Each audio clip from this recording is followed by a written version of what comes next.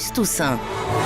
Vue du net sur Europe 1 avec Guy Berenbaum. Bonjour Guy. Bonjour à tous. Alors c'est une histoire incroyable. On parle régulièrement de ce qui peut se passer de pire d'ailleurs sur Internet. Là c'est une imposture numérique qui rend la vie impossible à une vieille dame, une dame qui a plus de 80 ans, qui habite à Vienne dans l'Isère. C'est le Dauphiné.com qui raconte cette histoire folle. Voilà plus de 2 ans que son nom, son adresse, son numéro de téléphone sont divulgués sur le web. Des milliers d'internautes lisent une lettre qu'elle aurait prétendument signée. Elle y raconte que son fils a été, je cite, assassiné cruellement dans la station-service où il travaillait de nuit pour pouvoir payer ses études et aider sa famille. C'est totalement faux. Son fils n'a pas été assassiné. Alors à qui est adressée cette fausse lettre qui circule sur le web et quel est son but ? Alors c'est là que ça devient dément, Bruce. Dans ce courrier, elle s'adresse à la supposée mère du meurtrier de son fils. Une femme qui protesterait publiquement contre le transfert de ce fils, l'assassin, de la prison de Lyon vers celle de Mulhouse. Une mère surtout qui serait soutenue par des médias complaisants. Mais alors là où on nage dans le délire, c'est quand on va découvrir ensemble l'identité de la destinatrice du courrier, la prétendue mère de l'assassin. Allez-y.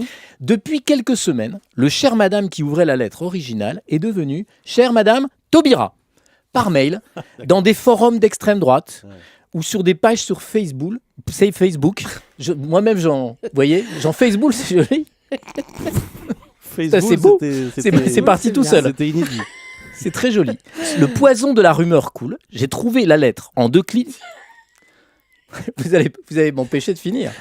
Je répète que tout est faux. Cette brave dame n'a une connaissance du courrier que le 27 mai par un internaute. Elle reçoit des coups de téléphone depuis que des faisans ont glissé le nom de la garde des Sceaux. Elle a donc déposé une main courante fin mai au commissariat, mais le mal est fait.